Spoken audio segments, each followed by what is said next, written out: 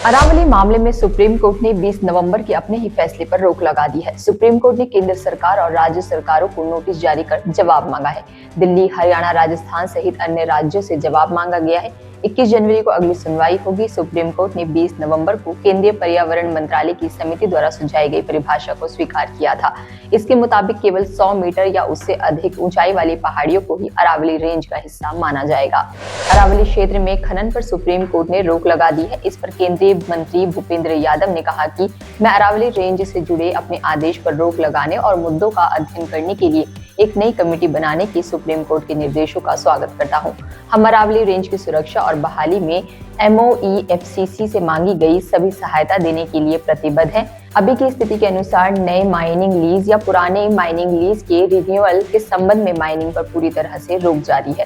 कुलदीप सेंगर को supreme court से बड़ा झटका लगा है। कोर्ट ने हाई कोर्ट के फैसले पर रोक लगा दी है। इसके साथ ही सेंगर को नोटिस भी जारी किया गया है। SC के इस फैसले के बाद पीड़िता ने कहा कि मैं कोर्ट के इस न्याय से खुश हूँ, लेकिन लड़ाई अभी बाकी है। कुलदीप सेंगर को फांसी मिलने के बाद ही उसे सही न्याय मिलेगा। केंद्रीय गृह मंत्री अमित शाह 29 से 31 दिसंबर तक पश्चिम बंगाल के 3 दिवसीय दौरे पर रहेंगे। उनका मुख्य उद्देश्य 2026 के विधानसभा चुनावों के लिए बीजेपी की तैयारियों का जायजा लेना है। इस दौरान वे पार्टी कोर टीम के साथ संगठनात्मक मजबूती और चुनावी रणनीति पर चर्चा करेंगे। सीएम योगी ने सोमवार को गोरखपुर शहर विधानसभा क्षेत्र के अंतर्गत विधायक खेल स्पर्धा 2025 के पुरस्कार वितरण समारोह को संबोधित करते हुए कहा कि प्रत्येक ग्राम पंचायत में खेल मैदान, ब्लॉक स्तर पर मिनी स्टेडियम और जिले स्तर पर बड़ा स्टेडियम बनवाने की प्रक्रिया को आगे बढ़ाने के साथ सरकार हर मंडल मुख्यालय पर स्पोर्ट्स कॉलेज बनाया जाएगा।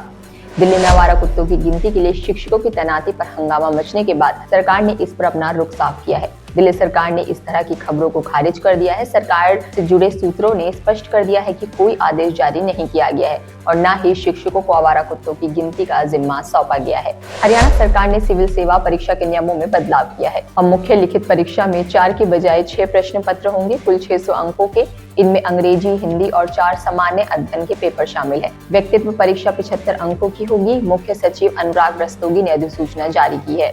महाराष्ट्र के BMC चुनाव को लेकर बीजेपी ने अपनी पहली लिस्ट जारी कर दिया। इसमें 66 उम्मीदवारों के नाम शामिल है। साथ ही कांग्रेस ने 87 उम्मीदवारों की पहली लिस्ट जारी की है। पहली लिस्ट के उम्मीदवारों में 24 मुस्लिम तो 12 दलित हैं। संदीप दीक्षित कांग्रेस के रचनात्मक सेल के प्रमुख बनाए गए। पहले इसे आउटरीच सेल कहा जाता था, अब यह रचनात्मक सेल कहलाएगा। NSQI के पूर्व छात्र संघ अध्यक्ष BK कुशवाहा ने अपनी टीम के नवनियुक्त प्रदेश महामंत्री भूपेंद्र सैनी के सानिध्य में बीजेपी का हाथ थामा, जिसमें रवि डोयला सरपंच नीम बसई, राम नरेश, रामू कुशवाहा, नीरज कुमार, पवन पोसवाल, महेंद्र, मनोज कुमार, मनीष गोस्वामी, राजेश मीणा, मिनीश कुमार मीणा, राहुल कुमार, पीर बख्श खान, मनीष कुमार, कृष्ण कुमार, दीपचंद सरपंच, रविंद्र, अनमोल बंसल सहित कई लोगों ने बीजेपी ज्वाइन की। इसी तरह देश दुनिया की और तमाम जानकारी के लिए बने रहिए द फ्रीडम न्यूज के साथ।